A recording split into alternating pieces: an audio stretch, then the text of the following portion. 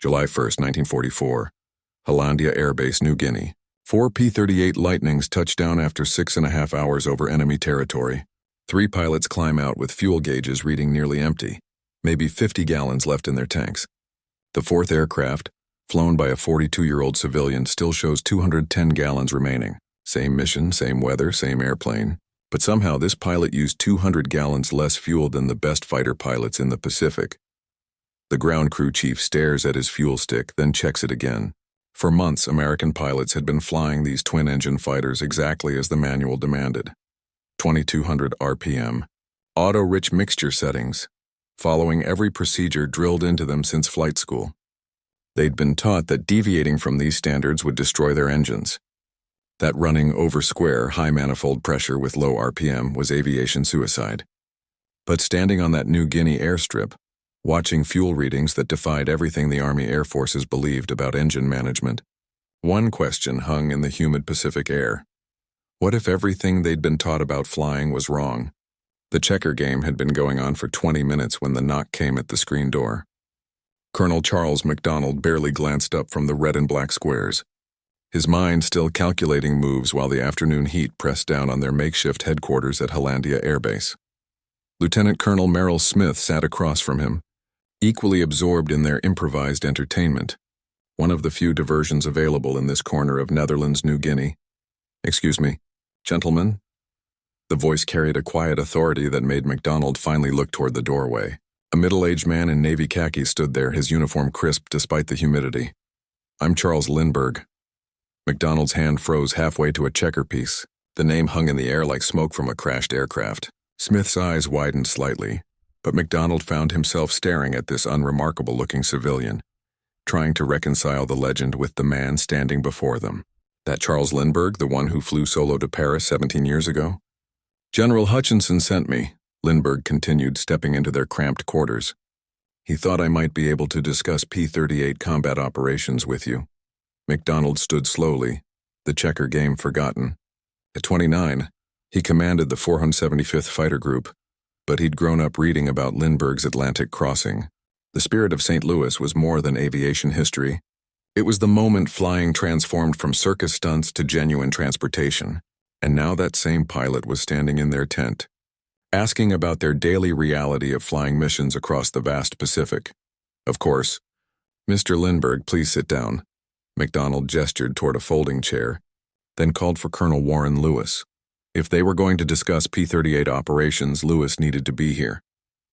The commanding officer of the 433rd Fighter Squadron knew better than anyone the crushing mathematics of their current situation. Lewis arrived within minutes, his flight suit still damp with sweat from the morning's briefing session. He took one look at their visitor, and his professional composure cracked slightly. "Mr. Lindbergh, what brings you to our little corner of paradise?" The irony wasn't lost on any of them. Paradise?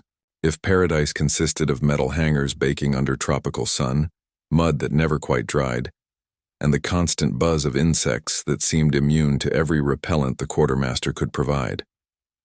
But Lewis's question was genuine. What could the most famous aviator in the world want with their fighter operations? "I'm here to learn," Lindbergh replied simply, "and perhaps to share some observations about long-range flying." Lewis settled into another folding chair, and MacDonald could see him mentally shifting into briefing mode. "Well, Mr. Lindbergh, our situation is pretty straightforward. We're flying missions that push every limit these aircraft have." The colonel pulled out a worn map, spreading it across MacDonald's desk and pushing the checkerboard aside. His finger traced routes across hundreds of miles of blue Pacific water, dotted with tiny islands that looked insignificant on paper, but represented life-or-death navigation points for pilots flying alone over endless ocean. 6.5 to 7 hours, Lewis continued, his voice taking on the measured tone of someone who'd calculated these numbers too many times. "That's what we're asking of these boys now. Missions that were impossible a year ago are becoming routine, and the fuel margins..." He shook his head. MacDonald watched Lindbergh study the map with the intensity of an engineer examining blueprints. Those pale blue eyes moved systematically from island to island, calculating distances with the precision of someone who'd spent decades thinking about range and endurance. It was the look of a pilot who understood that fuel wasn't just a number on a gauge. It was time, distance, and ultimately survival. The P-38L has a published combat radius of 570 miles, Lewis explained. In practice, we're pushing that envelope every single mission. Standard procedure calls for 2200 to 2400 RPM. Auto-rich mixture settings. Fuel consumption runs over 100 gallons per hour total. Lindbergh nodded slowly, but MacDonald caught something in his expression. Not confusion, but recognition, like a mechanic hearing symptoms he'd diagnosed before. These boys come back exhausted, Lewis continued. 7 hours in that cockpit is torture. Sitting on a parachute, emergency raft, and oar. The physical strain is one thing, but the mental pressure... He gestured toward the map again. Every mission brief becomes a fuel calculation. How much reserve? How long can we stay over target? What's our absolute point of no return? MacDonald had seen that pressure firsthand. Young pilots, some barely 21, hunched over flight planning tables with slide rules and pencils, calculating margins that determined whether they'd see another sunrise.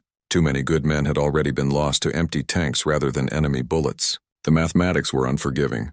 Run out of fuel over the Pacific and rescue was unlikely at best. And it's getting worse, Lewis added quietly. The targets keep getting farther away, WWII. Now we're talking about missions deep into the Philippines. The war is moving west, but our fuel capacity isn't growing with it. Lindbergh listened without interrupting, occasionally asking questions about mixture settings, propeller pitch, or cruise altitudes. His queries were specific, technical, and revealed a depth of knowledge about aircraft systems that surprised MacDonald. This wasn't just a famous name asking polite questions.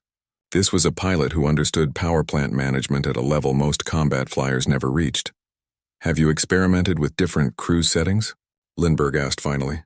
Lewis and MacDonald exchanged glances. The technical orders are pretty specific, Lewis replied carefully. We follow standard procedures for engine management. High RPM, rich mixtures. That's what keeps these Allisons running. Something in Lindbergh's expression shifted almost imperceptibly. Not disagreement exactly, but the look of someone who'd heard conventional wisdom that didn't match his experience. Mr. Lindbergh, MacDonald said slowly, you mentioned observations about long-range flying. What kind of observations? For the first time since entering their quarters, Lindbergh smiled slightly. Would you be interested in a practical demonstration?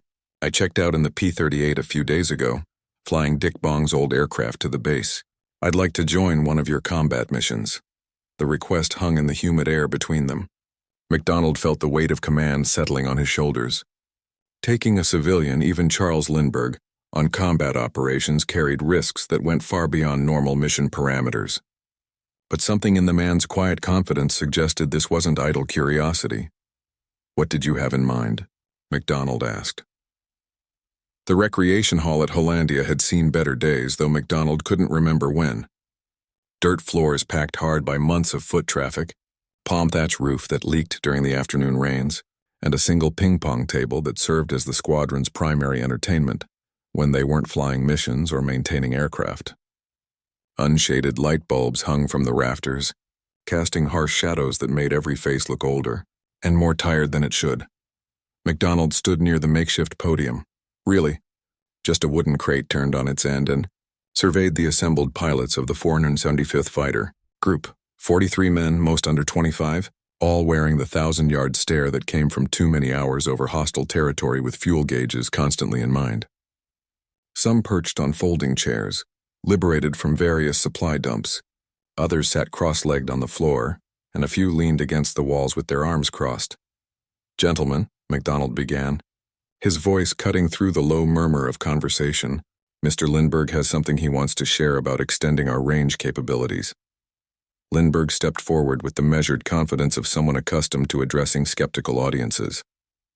He wore the same Navy khakis from their meeting 2 days earlier, though now MacDonald noticed the small details that marked him as different from standard military issue. The civilian watch, the absence of regulation insignia, the way he moved with the unconscious grace of someone who'd spent decades around aircraft. Reduce your standard 2200 RPM to 1600, Lindbergh said without preamble. No warm-up, no context, just the technical specification that would either save lives or destroy engines.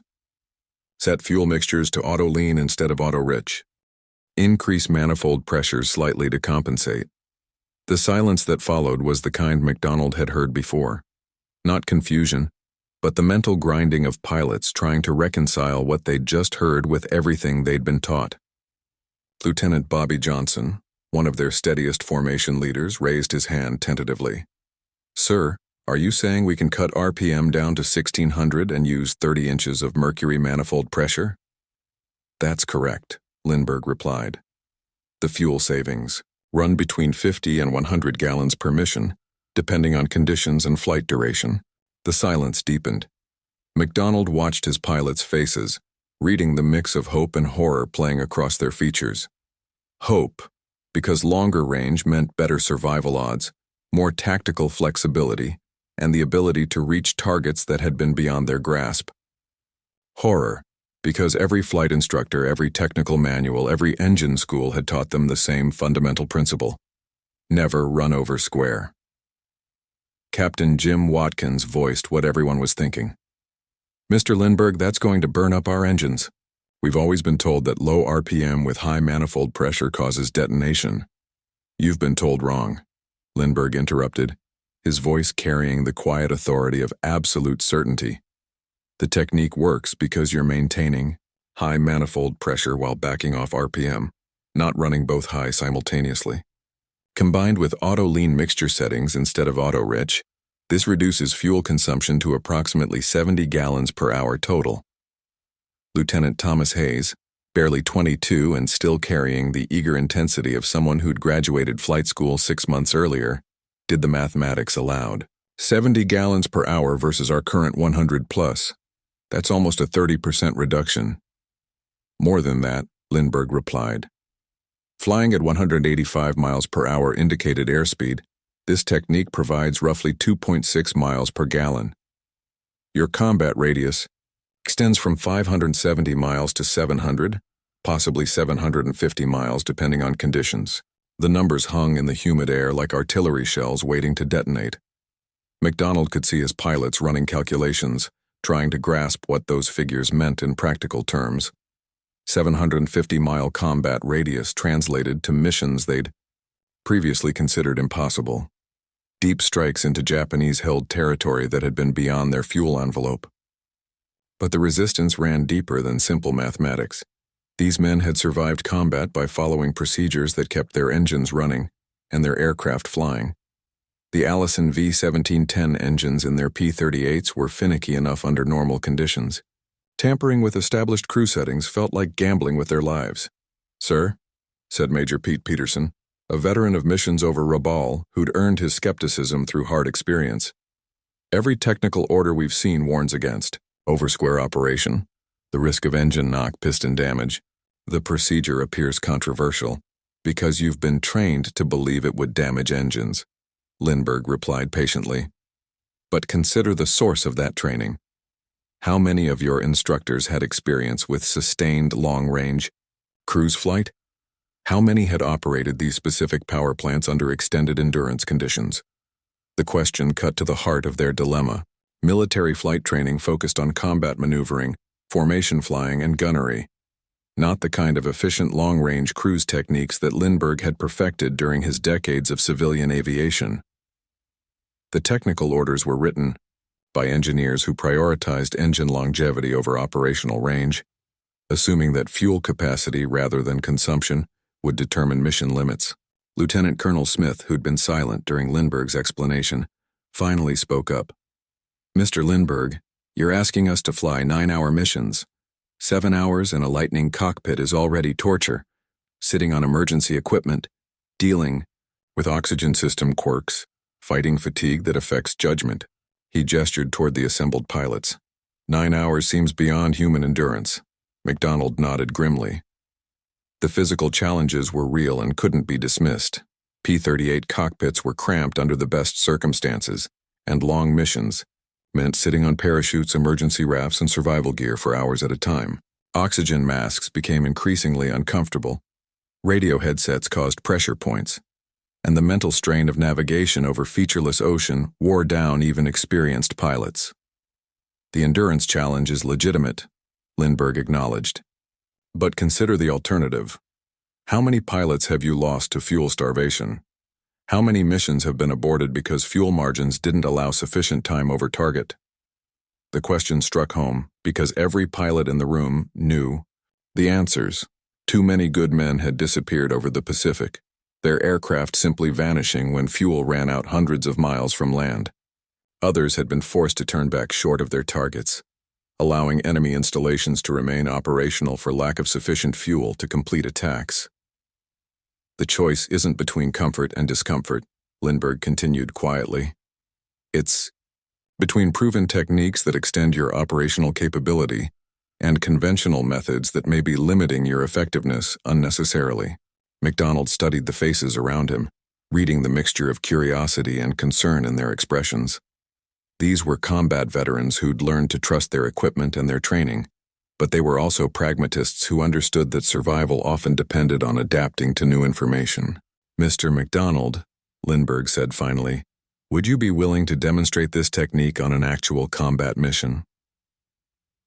The morning of July 3rd dawned clear over Hollandia with visibility stretching to the horizon for the first time in a week. MacDonald stood beside his P-38 Lightning at 0530, watching ground crews complete their pre-flight inspections, while the tropical air still carried the relative coolness of night. Today's mission would test everything Lindbergh had claimed about fuel management, a 1,280-mile round trip that would push even conventional fuel planning to its absolute limits.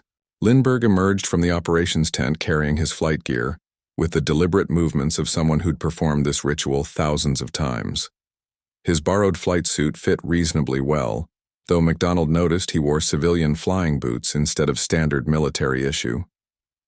More telling was the ease with which he handled his equipment: parachute harness, Mae West life jacket, oxygen mask, and survival kit arranged with the efficiency of long practice.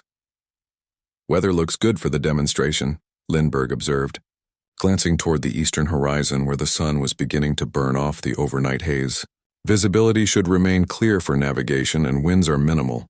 MacDonald nodded, though his attention was focused on the fuel calculations he'd run 3 times during the night.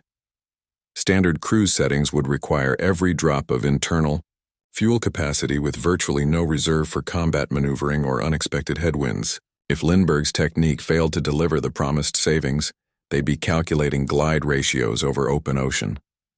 "Tommy's flying your wing today," MacDonald said, indicating where Major Thomas McGuire was completing his own pre-flight inspection 2 aircraft down the flight line. McGuire looked up at the mention of his name, offering a brief wave. America's second highest scoring ace had volunteered for this mission specifically to observe Lindbergh's methods under combat conditions. If the fuel management technique worked, for someone with McGuire's aggressive flying style, it would work for anyone in the squadron. The briefing had been straightforward. Patrol sectors northeast of their current position with possible ground attack opportunities against Japanese supply installations on several small islands. Nothing extraordinary by their recent standards, but the distance involved would test both fuel efficiency and human endurance. Lindbergh climbed into his cockpit with practiced efficiency, his movements economical and precise. MacDonald watched him run through his checklist, noting that the civilian pilot took extra time with fuel system configurations. Unlike standard military procedure, Lindbergh adjusted his mixture controls to auto lean settings before engine start, and his propeller controls were set for lower RPM than any P-38 pilot had been trained to use. Engine start proceeded normally, both Allison V-1710s coming to life with their characteristic whine as turbo superchargers spooled up to operating speed. But once taxi clearance came through, MacDonald noticed the difference immediately. Lindbergh's engines ran noticeably quieter than standard settings, their exhaust note deeper and less aggressive. "Hollandia Tower.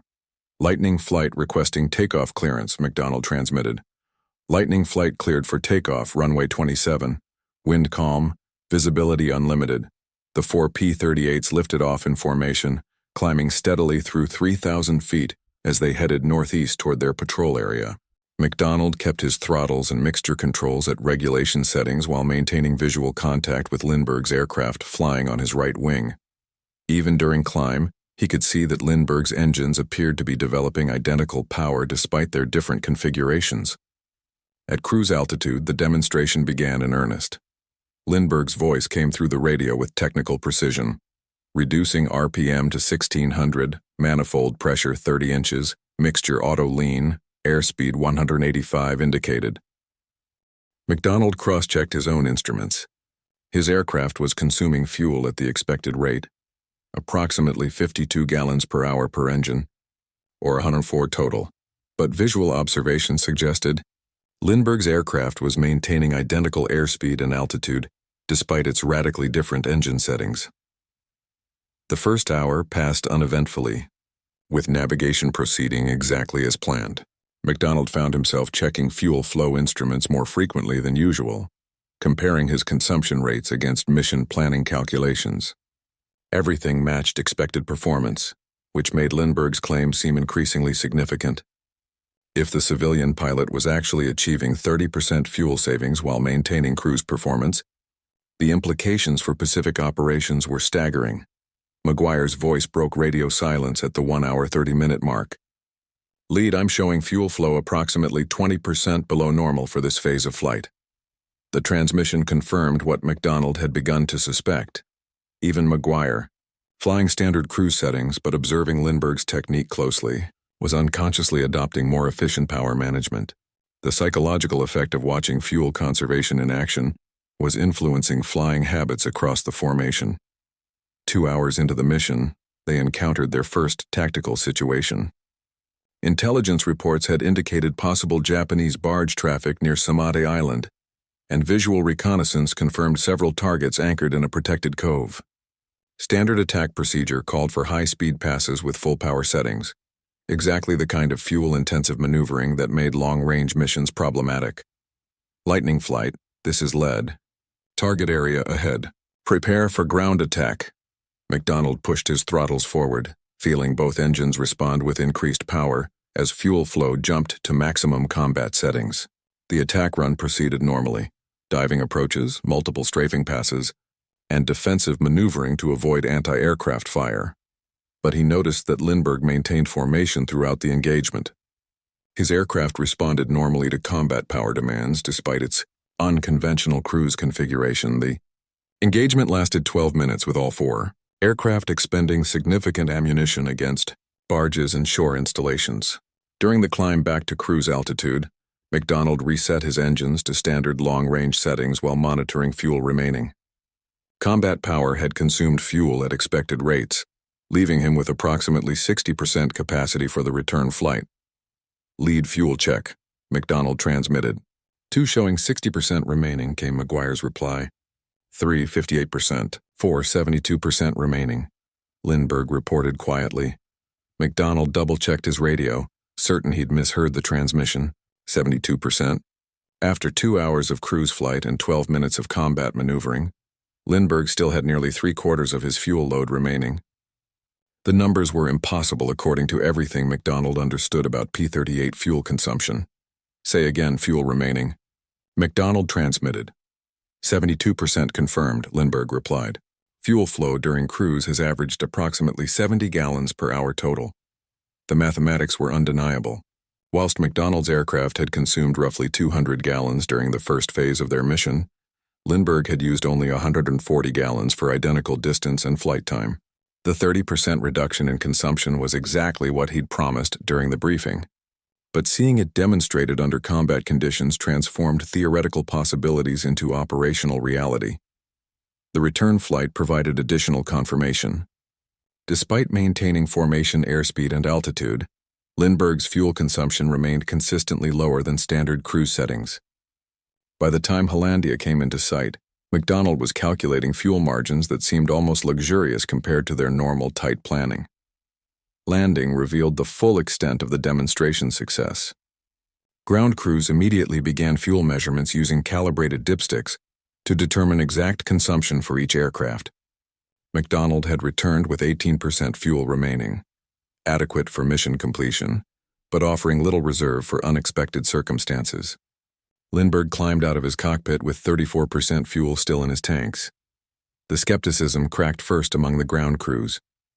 Technical Sergeant Mike Kowalski had been working on P-38 engines since before Pearl Harbor, and he understood fuel consumption the way a banker understood compound interest. through daily, meticulous observation of numbers that never lied. When Lindbergh's Lightning consistently returned from missions with fuel readings that defied every manual Kowalski had studied, the veteran mechanic began asking questions that cut through military hierarchy. "Colonel MacDonald, sir," Kowalski said after the 5th consecutive mission where Lindbergh's fuel consumption ran 30% below standard rates, "either this civilian's got magic engines or everything we've been taught about cruise settings is wrong." MacDonald found himself nodding more frequently during these conversations.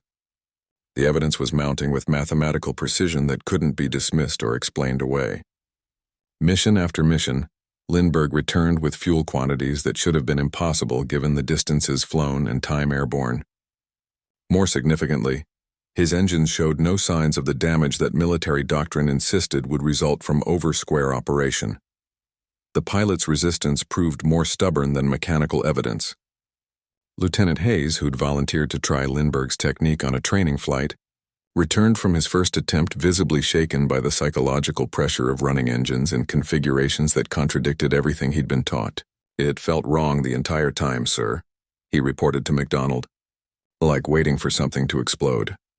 But Hayes also reported fuel consumption that matched Lindbergh's claims almost exactly, 73 gallons per hour total compared to his usual 100-plus gallon burn rate. The lieutenant's fuel gauges didn't care about his psychological comfort. They simply recorded the mathematical reality of improved efficiency. Major Peterson represented the old guard's final stand against the new technique. A veteran of missions over heavily defended Japanese positions, Peterson had survived by following procedures that kept his aircraft flying when other pilots pushed their luck too far. "Mr. Lindbergh," he said during one particularly heated discussion in the operations tent, "you're asking us to bet our lives on techniques that go against everything we know about engine management." Lindbergh's response carried the patient tone of someone accustomed to technical skepticism. "Major, what you know about engine management comes from training designed for different operational requirements: short-duration flights, maximum power settings, and conservative safety margins appropriate for training environments." He gestured toward the mission planning board covered with routes that stretched hundreds of miles across empty ocean. "These missions demand efficiency, techniques that weren't part of standard military curriculum." The breakthrough came during a mission to WWII on July 28th. MacDonald had planned the strike as a standard formation, attack against Japanese supply installations, but intelligence reports suggested heavy fighter opposition, the kind of extended air-to-air combat that would test every aspect of aircraft performance under the most demanding conditions possible. Lindbergh flew on McGuire's wing that day, positioning himself where the squadron's most experienced combat pilot could observe his techniques during actual aerial combat. The mission profile called for a 400-mile transit to the target area, followed by potential air-to-air engagement, ground attack, and return flight. Exactly the kind of complex operation where fuel management could mean the difference between mission success and disaster. They encountered Japanese aircraft exactly as intelligence had predicted, a formation of Mitsubishi Ki-51 dive bombers escorted by Zero fighters approaching WWII from the northwest. The engagement began with standard tactics: altitude advantage, coordinated attacks, and aggressive maneuvering to gain firing positions. But as the dogfight extended beyond normal duration, fuel consumption became a critical factor for every pilot involved. MacDonald watched the aerial combat unfold with the detached precision of a commander who'd seen too many similar engagements. P-38s maneuvering against Japanese fighters in three-dimensional chess matches, where split-second decisions determined survival. Ammunition expenditure, fuel burn rates, and tactical positioning all factored into calculations that pilots made instinctively while pulling multiple Gs in combat turns. The Japanese formation leader, later identified as Captain Saburo Shimada, demonstrated the kind of aggressive flying that had made Zero pilots legendary during the early war years.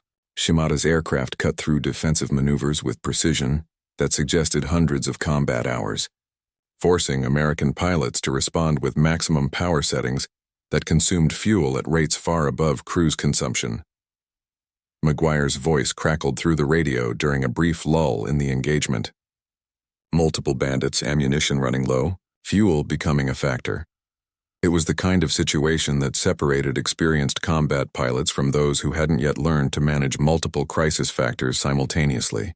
Ammunition, fuel, enemy aircraft capabilities, distance to base, and weather conditions all demanded immediate evaluation while maintaining situational awareness in three-dimensional combat.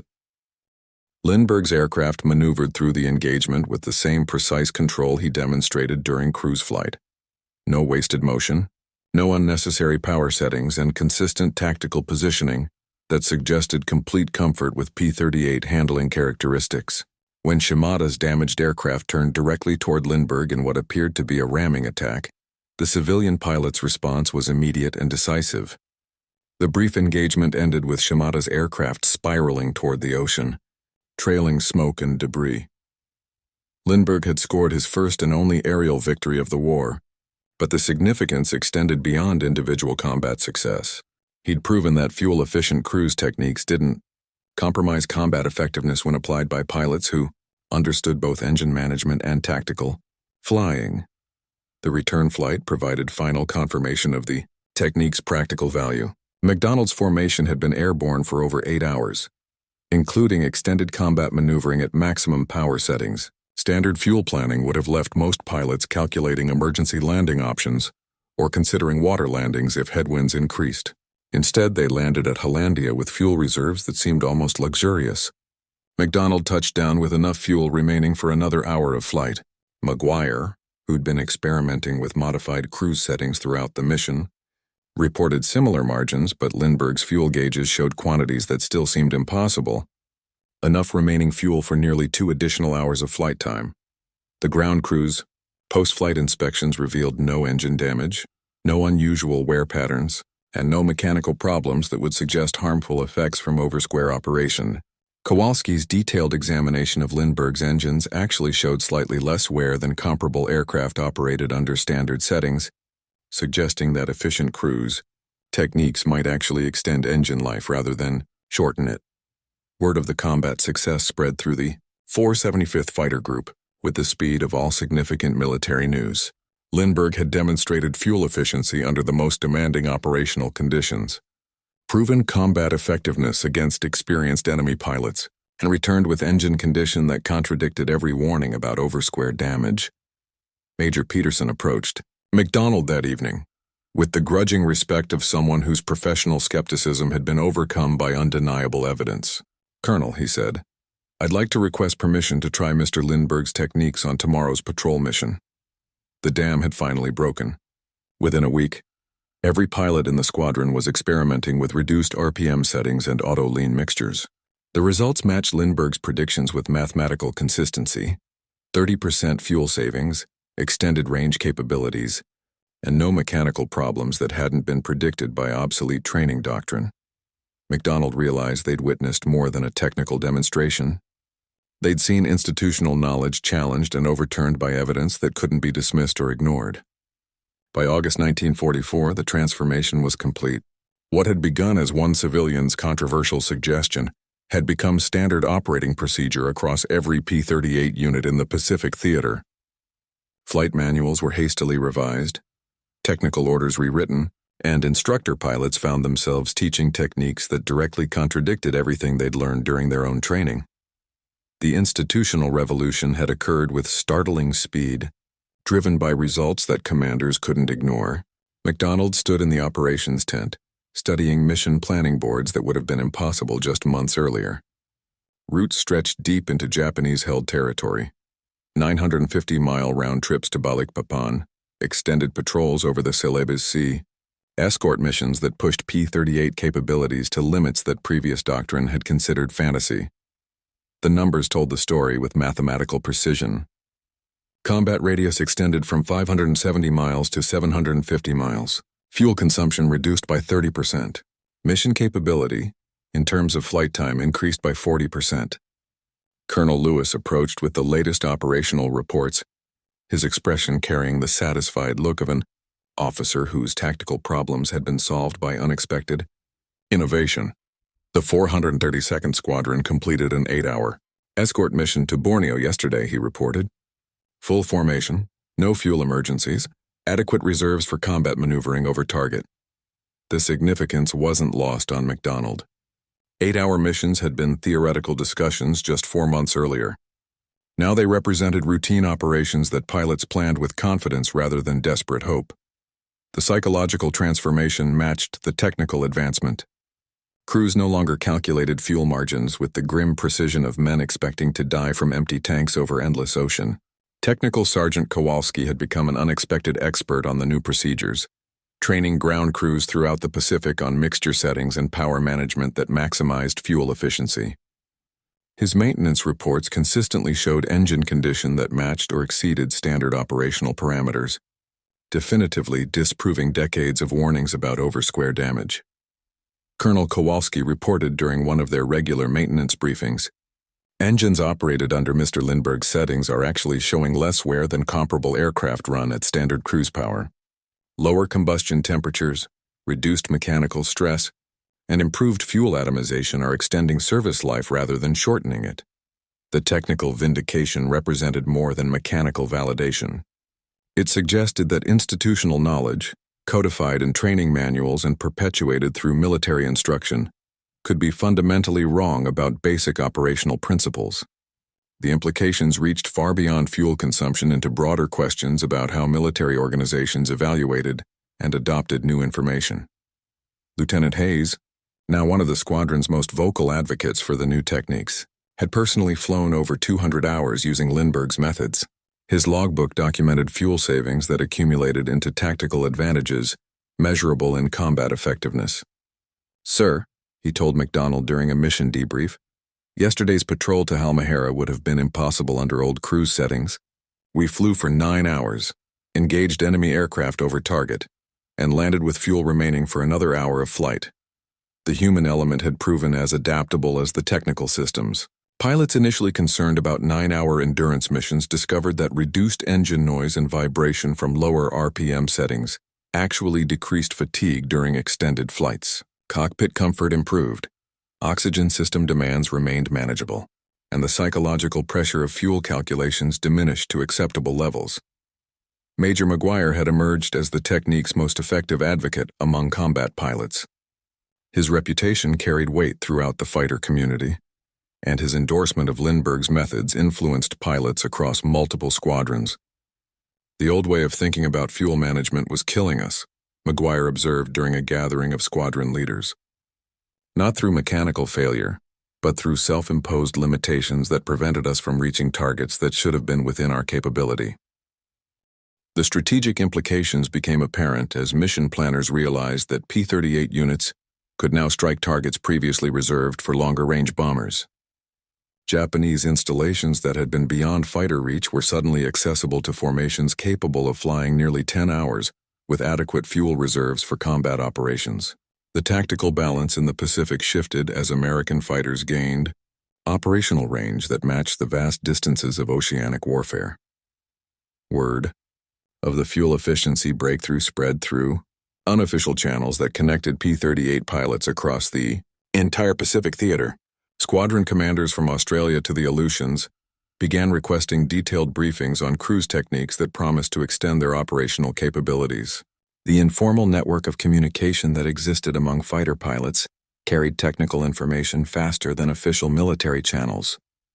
MacDonald found himself fielding requests from units as far away as the China-Burma-India theater, where P-38 pilots faced similar range limitations over equally challenging terrain.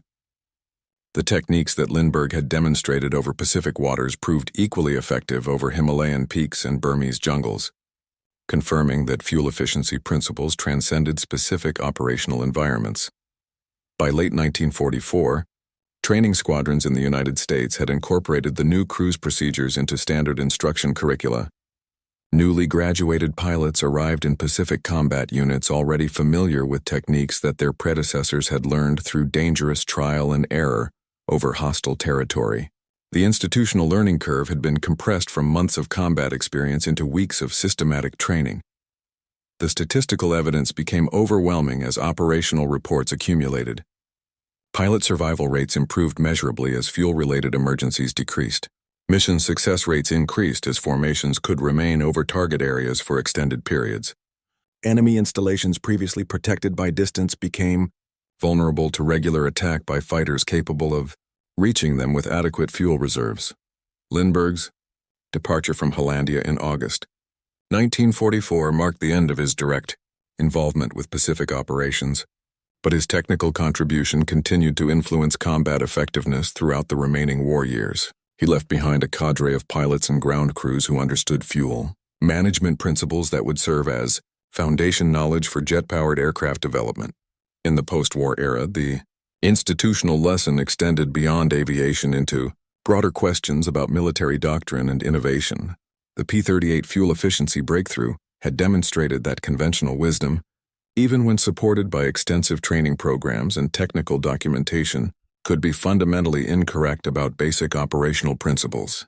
The speed with which new techniques replaced established procedures suggested that military organizations could adapt rapidly when presented with evidence that couldn't be dismissed. McDonald's final mission report to higher headquarters quantified the transformation in terms that spoke directly to strategic planners. Combat radius extended by 31%, fuel consumption reduced by 30%, mission duration capability increased by 40%. These numbers translated into tactical advantages that influenced air campaign planning throughout the Pacific theater and established precedents for long-range fighter operations that would continue through the Korean War and beyond. The quiet revolution that began with one civilian suggestion to try different engine settings had fundamentally changed how America's most important fighter aircraft operated in the world's largest theater of war. The lesson was both simple and profound. Sometimes the experts are wrong, and sometimes saving fuel means winning battles.